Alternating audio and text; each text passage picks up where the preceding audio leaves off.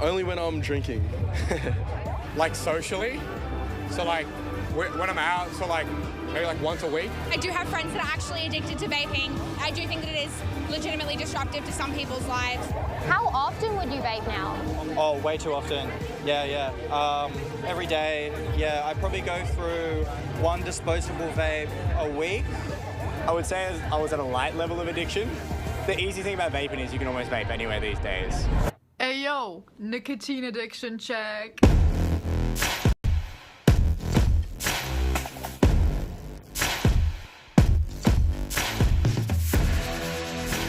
Vaping was hailed as a new way to quit smoking. Instead, it's become a craze among young people. It's no wonder this product appealed to young people so much. It was designed for them, it was marketed to them, and it was available to them.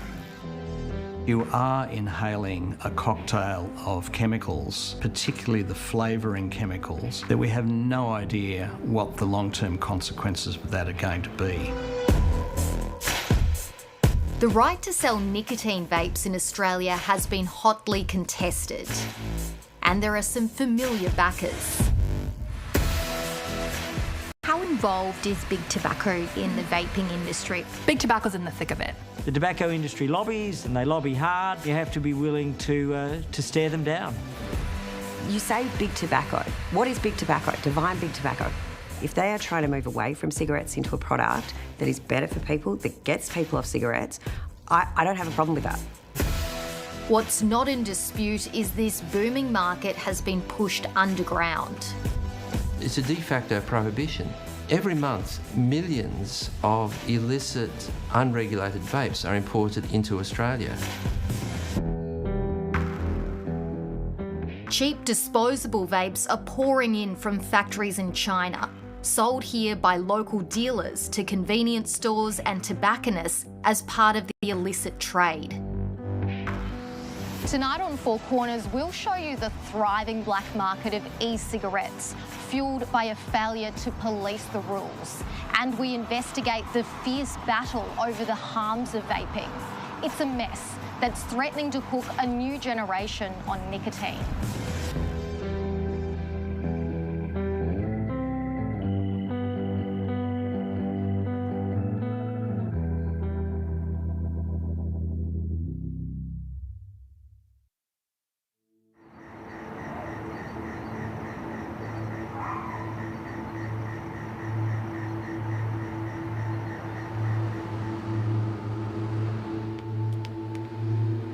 You know it's bad, but you don't care because your brain is hooked on it and it's like a physical addiction. You have your phone and your vape. Like it's an accessory that you constantly have. It's the last thing you do before you go to sleep. It's the first thing you do when you wake up. Sometimes you wake up a couple times during the night to hit it and then go back to sleep. Like it's totally got a hold of you and it's the only thing you think about. In her final year of high school, Ruby is battling an addiction to nicotine. When did you first try vaping? Like, I'm gonna say 2018, 2019, really young. So when I was 14 or 15, I'm gonna say super young. At the time, everyone was like, oh, it's healthier than smoking because you're not getting like the tobacco and all the like carcinogens in your lungs. And it just felt clean because you didn't have the cigarette smell and the taste, and they're like flavored with like fruity stuff. So it just feels like you're taking a lolly or something. Do you remember how it felt the first time when you did try it? I want to say it felt like you were dying, but in a good way. Like you get a head rush. I don't know how to explain it. You get super lightheaded. You get like shaky. It's this wave that just comes over you.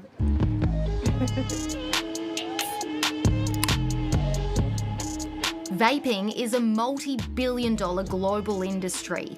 In Australia, it's now estimated about 400,000 people vape. The majority of use is actually in younger age groups, and it's particularly common in teenagers and young adults. We are seeing quite rapid increases. What is vaping? How does it actually work? So E-cigarettes heat an e-liquid, which usually contains nicotine, to a very high temperature, and that creates an aerosol which the user then inhales, and that gives them a dose of nicotine as well as the flavouring and other chemicals. One of the issues with nicotine addiction at young ages is not only have the problem that goes with being addicted to a substance, but it has effects on the developing brain. So we can see that it can affect memory, concentration and learning. But it also sets the foundation for future addiction. Did you vape today? It's okay. I don't mind. You can. Yes. You better tell me the truth. Yes. You did. Yeah. And how did you feel about that? Irritated. A few months ago, Ruby confessed to her mum Nicola she was vaping and needed help giving up. So did you buy the vape or did someone give it to you? No. Everyone just has one. So it's like, you just go to the bathroom, it's like a thing, like, do you want to go to the bathroom? All right. She came to me and said that she had been vaping and it had got a bit out of hand and she was doing it a lot and she'd tried to quit and she couldn't. She'd had these really unpleasant symptoms that she didn't like, that confused her, and she wanted me to help her find a way out of it. You know when you're having withdrawals, it's miserable. You just feel grumpy and you get anxious. Like you literally like, I need a vape right now. And you get headaches, like dry mouth, shaking sometimes. It's not fun. How did you feel as a parent hearing that sort of news from a 16-year-old? Oh, devastated, because what she's saying is that at 16 years old, I have an addiction.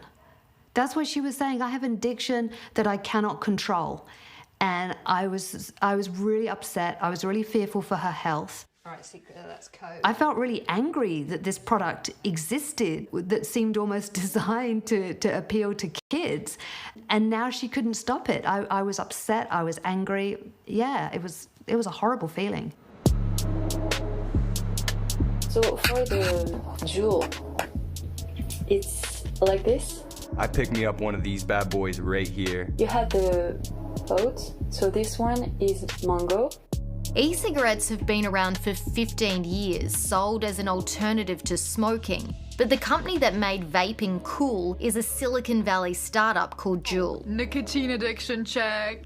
There's 38 million Americans that still smoke. There are 1 billion people who still smoke globally, but 70% of those people want to quit. Juul launched in 2015. Its founders claimed their mission was to disrupt the tobacco industry with a device that delivered at least 3 times more nicotine than its rivals. I would tell people, anyone who would listen, 50 years from now, nobody's going to be smoking cigarettes. They're going to look back and think, oh my God, I can't believe people used to do that. And now I think it's actually going to happen much faster, in large part because of the progress that we've made. There's something missing. And so Juul comes up with this product, and initially, I don't know people's intentions, I can't read people's minds, but supposedly initially it was to help people to quit smoking. Very noble thing to want to do. But that's not how the product was rolled out. Juul's first advertising campaign featured young, glamorous models vaping the company's sleek, stylish device. Well, I think that just looking at the device, it felt really disruptive. It was, to me, a beautiful piece of industrial design. And so we kind of talked and had conversations about, how do you sort of present that? This is a new device, so it had to feel contemporary. Great, gorgeous, amazing, wow. Stephen Bailey was the campaign's creative director. I think when my clients come to me, they have a very specific demographic in mind in terms of the audience they're trying to reach and appeal to. Did Juul have a demographic in mind when they came to you? I believe it was millennials. I don't have that paperwork in front of me. It's certainly been a number of years. I think that The impact of the Vaporize campaign can't be underestimated. So you had ads in teen magazines, you had ads on children's cartoon websites. It's no wonder this product appealed to young people so much. It was designed for them, it was marketed to them, and it was available to them. Becky Freeman has spent her career studying how tobacco companies try to influence public health. She tracked the success of Juul. Their rise was unstoppable. Vaping has come in and just completely been taken up by young people, including, men, women, 18 to 24-year-olds. I think that this company saw a hole in the market and went for it. It just kind of happened so fast. It's in kind of every 7-Eleven, Winn-Dixie across the United States. It's in my local sort of corner store in New Jersey. And that's when the real negative kind of publicity started to catch on. It just felt like, again, from my perspective, a little blip in the radar in the beginning, but then it was like, again, like a huge explosion later. And there was, clearly a lot of outrage from angry parents. By 2018, more than 3 million American high schoolers were vaping, and the backlash against Juul began. Mr. Monsees, I will begin by swearing you in. Alarmed there was a youth nicotine epidemic, Congress grilled the company at public hearings. We never wanted any non-nicotine user, and certainly nobody underage, to ever use Juul products. Juul Labs isn't big tobacco. We are here to eliminate its product, the cigarette. In fact, at the time of this testimony, tobacco giant Philip Morris International already owned a third of Juul. Philip Morris buying such a large share in Juul was incredibly cynical, because this is a company who, in their early marketing materials, was touting how they were going to be some sort of big tobacco adversary, that they were going to push big tobacco out of the market and be the new safer player in town. And then you have big tobacco just swooping in and going, this company operates just like us. They target young people, they don't care about health, and they're quite savvy with product design and savvy with marketing materials. Well, that fits right in with our company. Juul denies it marketed to children, but has so far paid $77 million to settle court cases with several US states. Stephen Bailey has been repeatedly questioned over Juul's creative brief. There's tons of litigation. Are you kidding me? I've been deposed so many times. I've been sitting around lawyers talking about this for, feels like, the last 3 years. Because I think there's a lot of misconceptions about that campaign. Like, there's some smoking gun. I mean, lawyer after lawyer has been through every email I have ever written to anyone at that company, right? So it's kind of a disconnect for me to sort of say that that campaign is responsible for a teen smoking epidemic. I don't buy it.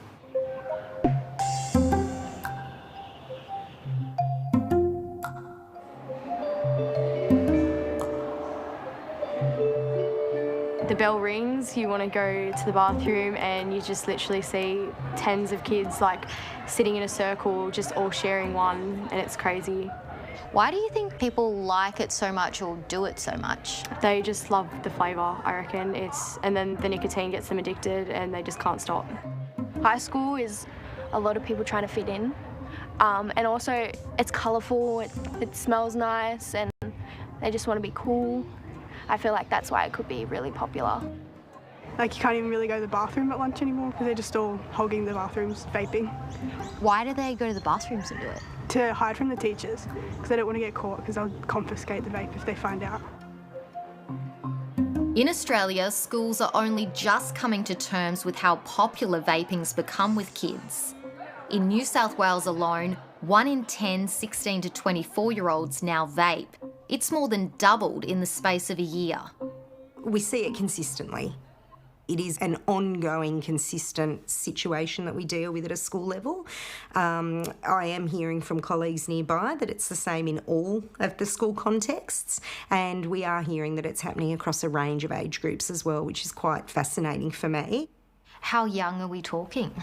Look, I've heard stories of children as young as year 3 and 4. Well, you all have to accept some personal responsibility.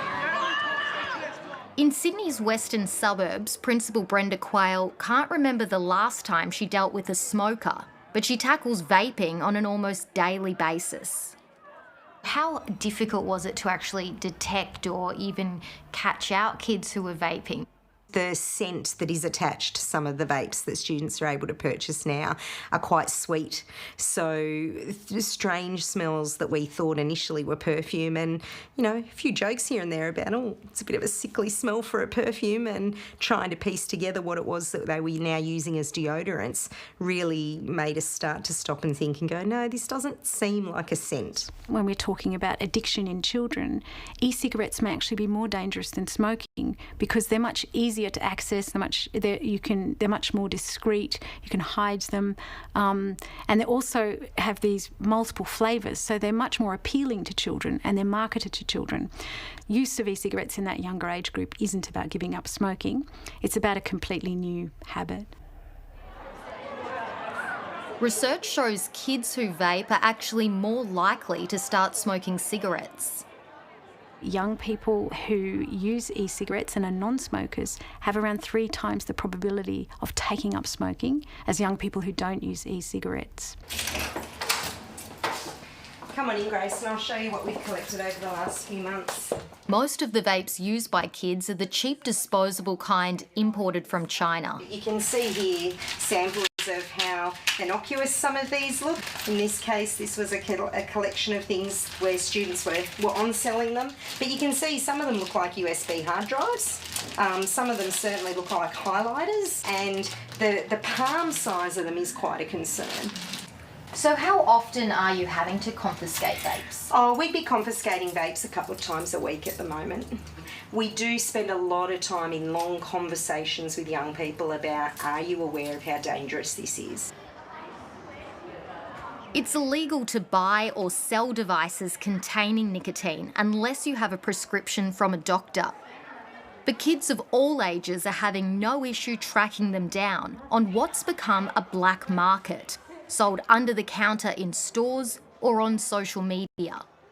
I don't want to be like a massive snitch, but it's actually like super easy. You can buy them from convenience stores, and there's also like kids and young adults who buy them overseas in bulk and then sell them. So like you're just street dealers and stuff. So yeah, they're super accessible. Like you go on your phone, you're like, can I pick up a vape? And they're like 20 minutes. And you just meet them somewhere and they just hand it to you. How do you know who to message when you want to vape? Word of mouth, mostly. I think it's the same as any other drugs. Any social media as well, yeah. It's whatever. Illicit sales on social media are rife. Kids are using TikTok, Snapchat and Facebook to find where they can buy nicotine vapes. Suppliers also use code words and images to illegally sell their products, and they deliver. We found there are literally hundreds of these suppliers on social media that you can buy from. So I've messaged one of them to order some vapes, and he's going to drop them off to me.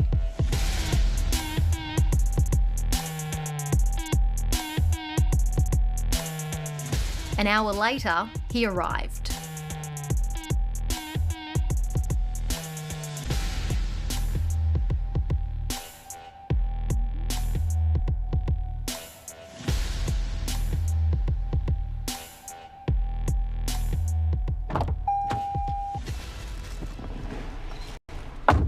Okay, so this is what he sold me.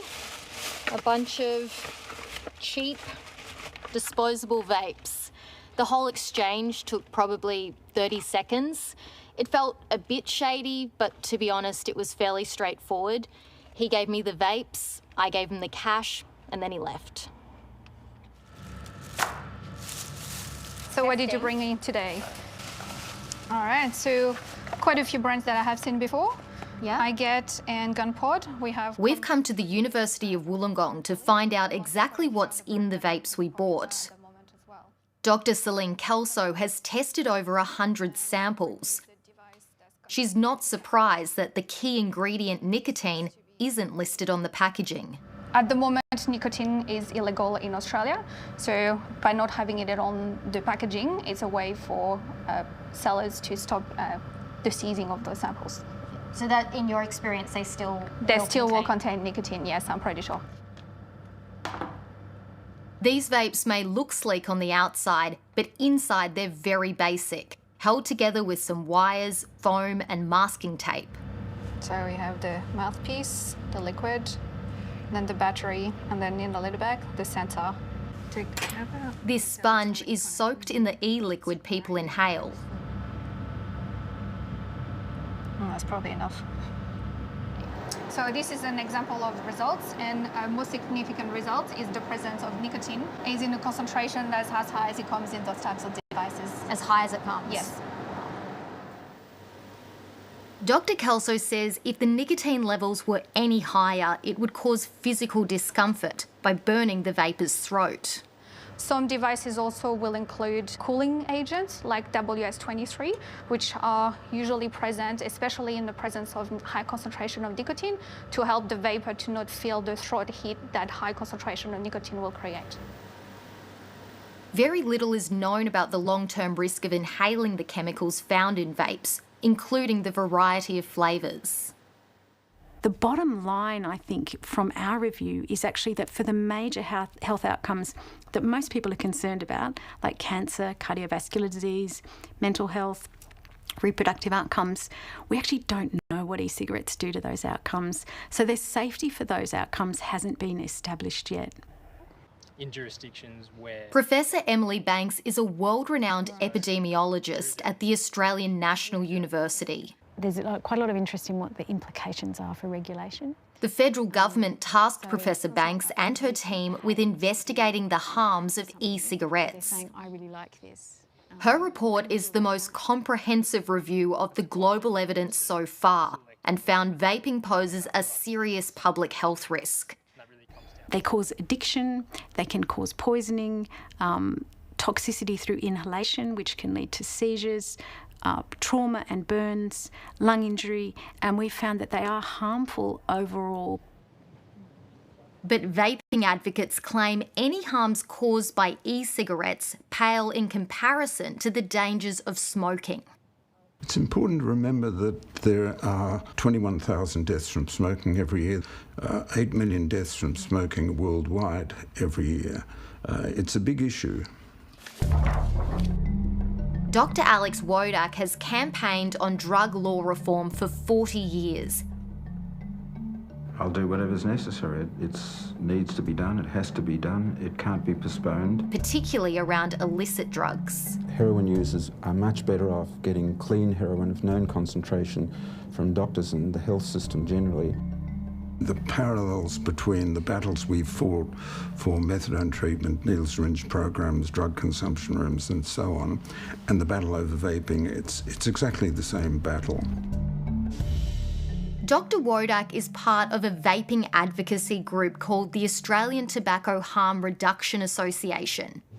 So how long have you been vaping now completely without smoking? ATHRA was founded by Dr. Colin Mendelsohn, a GP who helps smokers quit. It's been about 8.5 years since you quit smoking. I've seen a lot of patients who have tried and failed repeatedly with traditional remedies, and many of them have given up on quitting. So they've said, look, I expect to die like my father from lung cancer. I never thought I'd be able to quit. And for many of them, vaping is a revelation. Do you think vaping is harmless? Certainly not harmless. No credible authority says vaping is harmless. Nothing is as good as fresh air. But for people who are otherwise going to smoke and have that level of risk, vaping is substantially less harmful. These products are really being targeted as being useful for quitting smoking, and there is limited evidence. The jury is kind of still out as to whether they're really effective for that. But for some people, they do help them to quit smoking. Dr. Mendelsohn and Dr. Wodak describe e-cigarettes as a threat to big tobacco's profits. But ATHRA has previously accepted $8,000 from an organisation called Knowledge Action Change, which receives funding from tobacco giant Philip Morris. ATHRA has also accepted donations from vaping businesses. We declared that funding right from the beginning. So the donations from the vaping industry were declared at the time. It was on our website. I declared it at an international conference. You did, though, in several interviews, deny taking funding or donations from e-cigarette companies, vaping companies. So why would you do that in interviews then if it was declared? Why I did that was that I denied taking any personal donations, as I have to you. So people have asked me, do you take any donations? Have you had any funding from tobacco or e-cigarette companies? And I've said, no, I haven't. We've been very transparent about the support that ATHRA's had from e-cigarette companies. I mean, do you really think there's that much of a difference taking funding personally or as the founding chairman of ATHRA? I do. I have no personal benefit in any of this. For me, it's absolutely clear that as smoking rates come down, big tobacco is trying to drive up in a rearguard action the use of nicotine-based vaping. In one of his last interviews as Health Minister, Greg Hunt spoke to 4Corners about his push to crack down on e-cigarettes and curb the influence of the tobacco industry. The tobacco industry lobbies, and they lobby hard, but you have to be aware of this and you have to be willing to stare them down. I've refused to meet with them throughout my time as a minister, not just in health, but throughout my time in government. Why have you refused to meet them? Look, in my mind, these are merchants of death. Domestic laws ban the sale of nicotine vaping products in Australia. Greg Hunt's stance on vaping caused upheaval in the coalition. In 2020, 28 backbenchers signed a letter opposing what they called an effective ban on vaping, forcing a delay. There are people all the time that have differing views. Some in that group had strong views.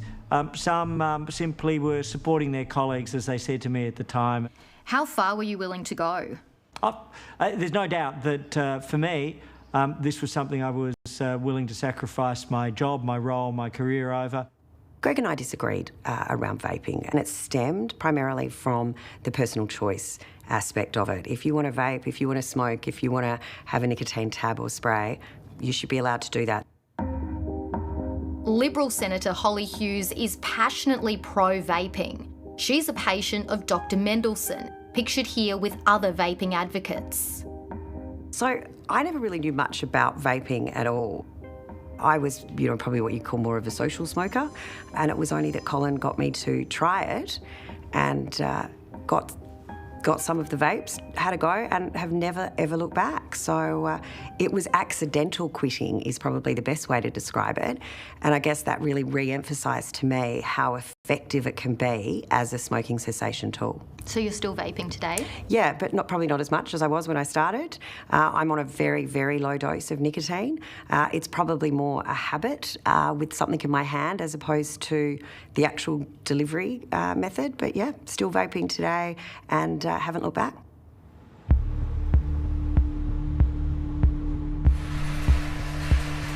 Big tobacco's evolution from cigarettes to vaping is accelerating.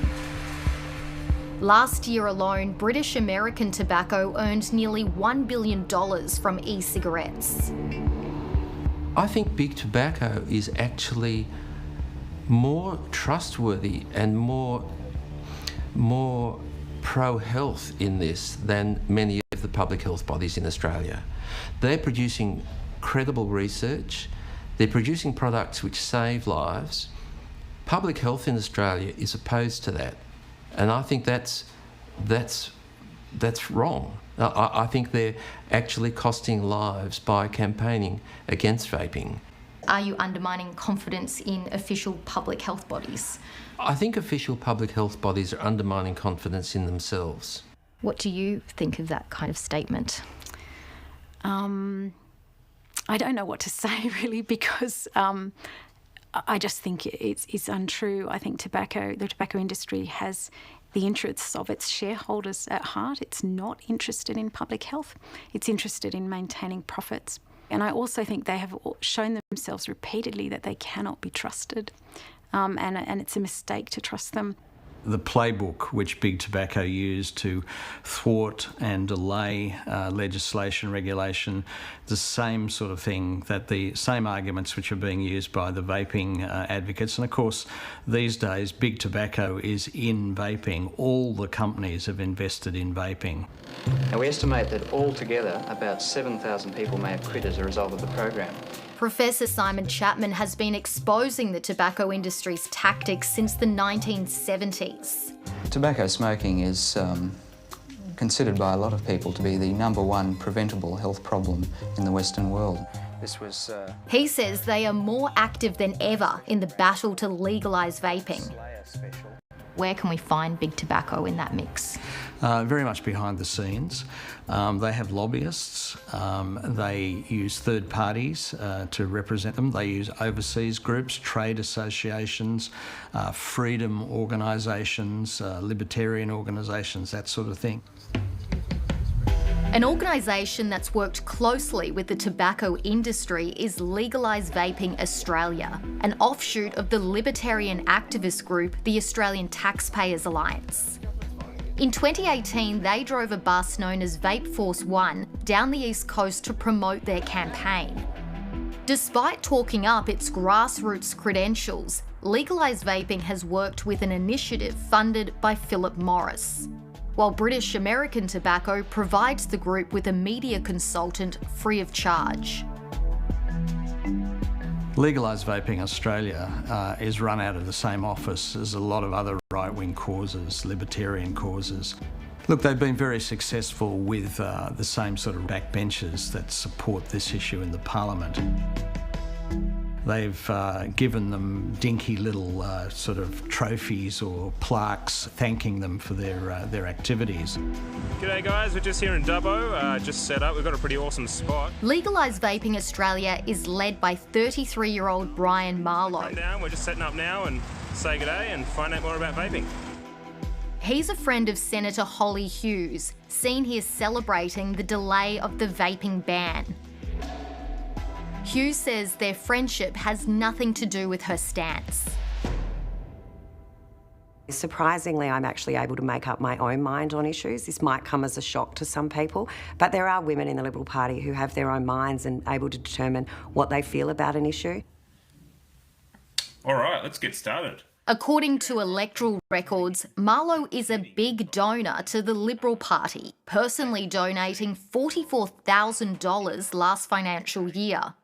We wanted to ask Marlowe about it, but he pulled out of an interview with 4Corners. Very important day for Australian vapers. I wanted to ask, did you know that he's a big donor to the New South Wales Liberal Party? I don't know what he donates to the Liberal Party. Well, I can tell you that records show he donated $44,000 in total to the New South Wales Liberal Party last year. Was Brian Marlowe's donation a thank you for your support? No, I don't know in what way Brian donated through whatever mechanism he donated. There's nothing illegal to donating to the Liberal Party. There's nothing wrong with donating to the Liberal Party.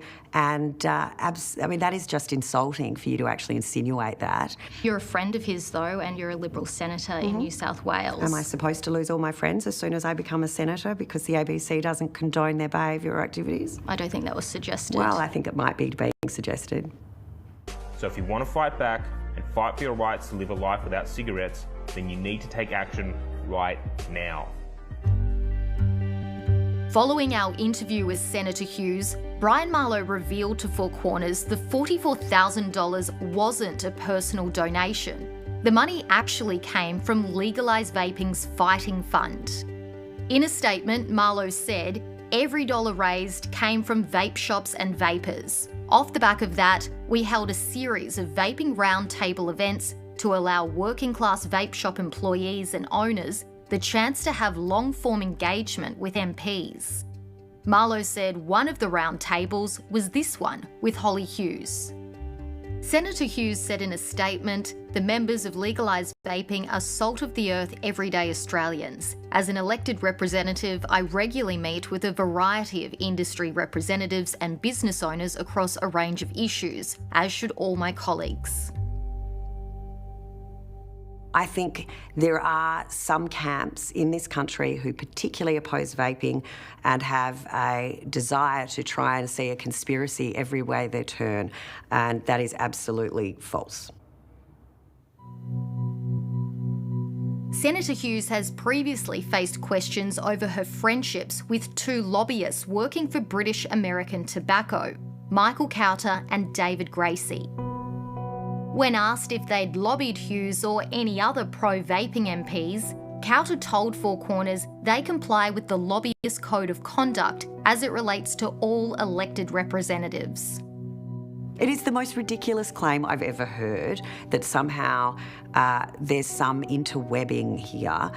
David and I both went to school together in Perth at John 23rd. I've known Michael Cowter. In fact, I know his whole family. But Michael was the former Deputy Director of the National Party when I was on the board of the Liberal Party. So being in coalition, we actually got to know each other back then. Have you spoken to them about vaping? Have you spoken to them about those clients? I have no problem talking to anyone about any issue. I can tell you people come through my office all day, every day, talking about a range of issues. And as long as they are representing legal entities, I am more than happy to talk to them. Even if that's big tobacco? You say big tobacco. What is big tobacco? Define big tobacco. Who are they? British American Tobacco It's a would cigarette be one company. of them. They don't define themselves as big tobacco. They define themselves as a cigarette company and a tobacco company. Do you really think there's much of a difference? I do think because it's the language here that's used to bring up some emotion, to try and demonise. You can't demonise an industry and then turn around and expect to work with them. If they are trying to move away from cigarettes into a product that is better for people, that gets people off cigarettes, I don't have a problem with that. A Senate committee inquiry into e-cigarettes was held in 2020, where pro-vape MPs took on public health authorities. It seems you've got a lot of book smarts, there's a lot of studies and there's a lot of science, but there's not a lot of street smarts. Senator, that might be a starting point. I think the Department of Health, and this year more than ever, has shown that it is entirely science, health, medical-based in relation to the health of Australians. Okay, we're not ashamed of that. Right, okay. Will pharmacies be selling something like this? Holly Hughes was the chair. So this is a bottle of nicotine salt, right? So yes, I assume you have a prescription for that, Senator? Well, that's empty, so you can be reassured, and in fact I do have a prescription, so I've got both bases covered. Professor Emily Banks was one of the key witnesses. So I'm not sure exactly which document you are... I'm talking the Lee study, 2019. Right. So and there were three lots of so studies, that is one and study. one of them, but it's used as part, and listening to your opening statement, I've got to say, Professor Banks, you don't sound like you're a big fan of e-cigarettes and think they have much value, which is a little bit of a worry since the report isn't finalised and you seem to have a pretty predetermined view. It's 5,600. Was that true? Well, what I say is that I'm here to present the evidence, and so that's what I do. And I wish the news was different. I wish that e-cigarettes didn't have the harms that they do, but I have to present the evidence. And I think the other thing is that there are people out there who want the evidence to be different. And one of the commonest things they do is to accuse people who are presenting the evidence of bias. Vaping was having a real impact on their lives and on their families' lives. Ultimately, the pro-vape camp failed in its ambition to make e-cigarettes widely available. But regulations were watered down to allow vapes to be legally sold in pharmacies with a prescription. It's far better to have limited access than to have open slather. And again, the people who want open slather are, for the most part, interested in the perspectives of the tobacco companies, and then there are those that are legitimate and have views. I just respectively and categorically disagree with those views based on the strong, clear evidence from the medical and scientific bodies, not just here in Australia, but around the world. It's idiocy that smokers who want to switch from deadly cigarettes to much safer vaping have to jump through hoops to do that.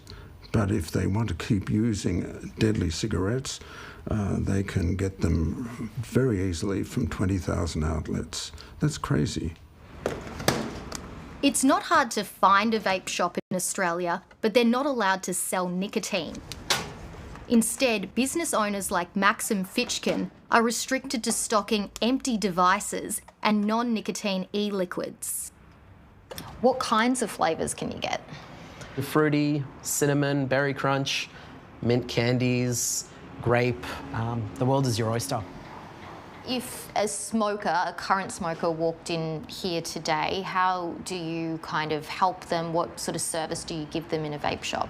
We just need them to say that they want to quit smoking, and from there we ask them a flurry of questions that helps us get an understanding of what device suits them, what flavours would suit them, and if they choose to source their nicotine legally, how they would go about incorporating that into their vaping journey.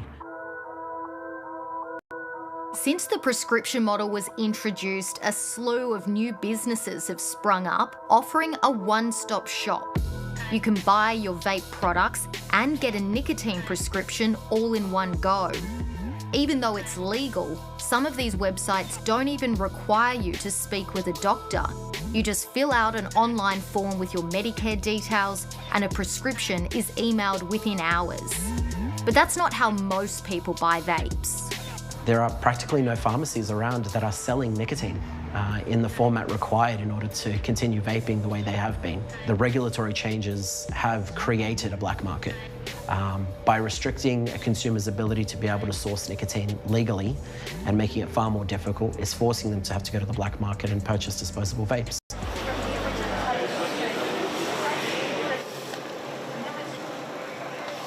State and federal authorities have started targeting the illicit vape market. New South Wales Health has raided stores like this tobacconist, seizing more than $1 million worth of stock since January. The Therapeutic Goods Administration has also fined individuals and online suppliers. But our investigation has found the black market is still thriving. The reason we've got a black market is because people are bringing in these products, taking a chance that they won't be apprehended. They're landing them for about $1 each, and they're selling in shops for 20 to 25. So this is a massive incentive for that to continue.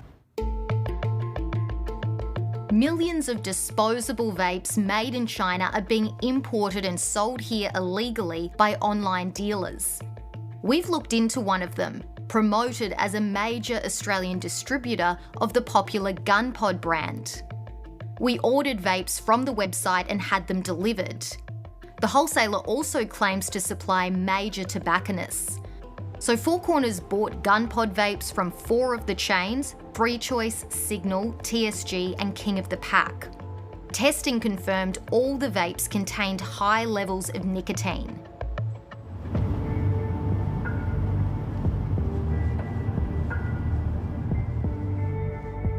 We've tracked down the man behind the website, Hao Lu. He didn't respond to our emails, so we went to his warehouse. Hao Lu, Grace Tobin from 4Corners. Do you sell these? I don't sell this one. Do you run a vaping business out of this warehouse? No. So you've never sold these products before? No. Are you sure? Yeah. Thank you. Within days of speaking to Hao Lu, changes were made to the GunPod Australia website. It now states it doesn't hold any stock and that it's working to bring GunPod to all pharmacies as the first TGA-approved vape brand in Australia. What's the vape model of choice? Like, what's everyone using? GunPod?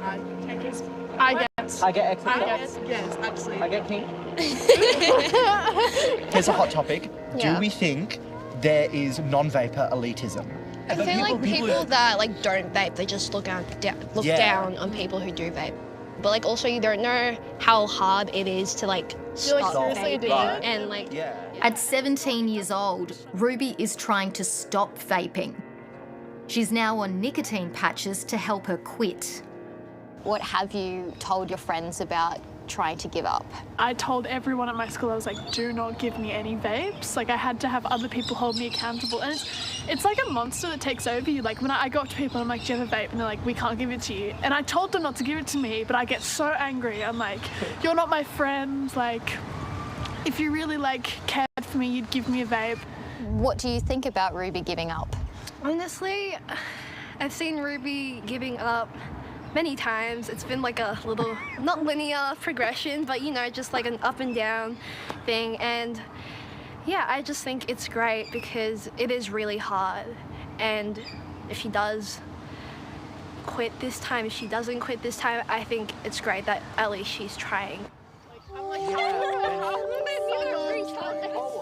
For a product that's meant to help smokers quit, Ruby's finding it's not that easy giving up vaping either.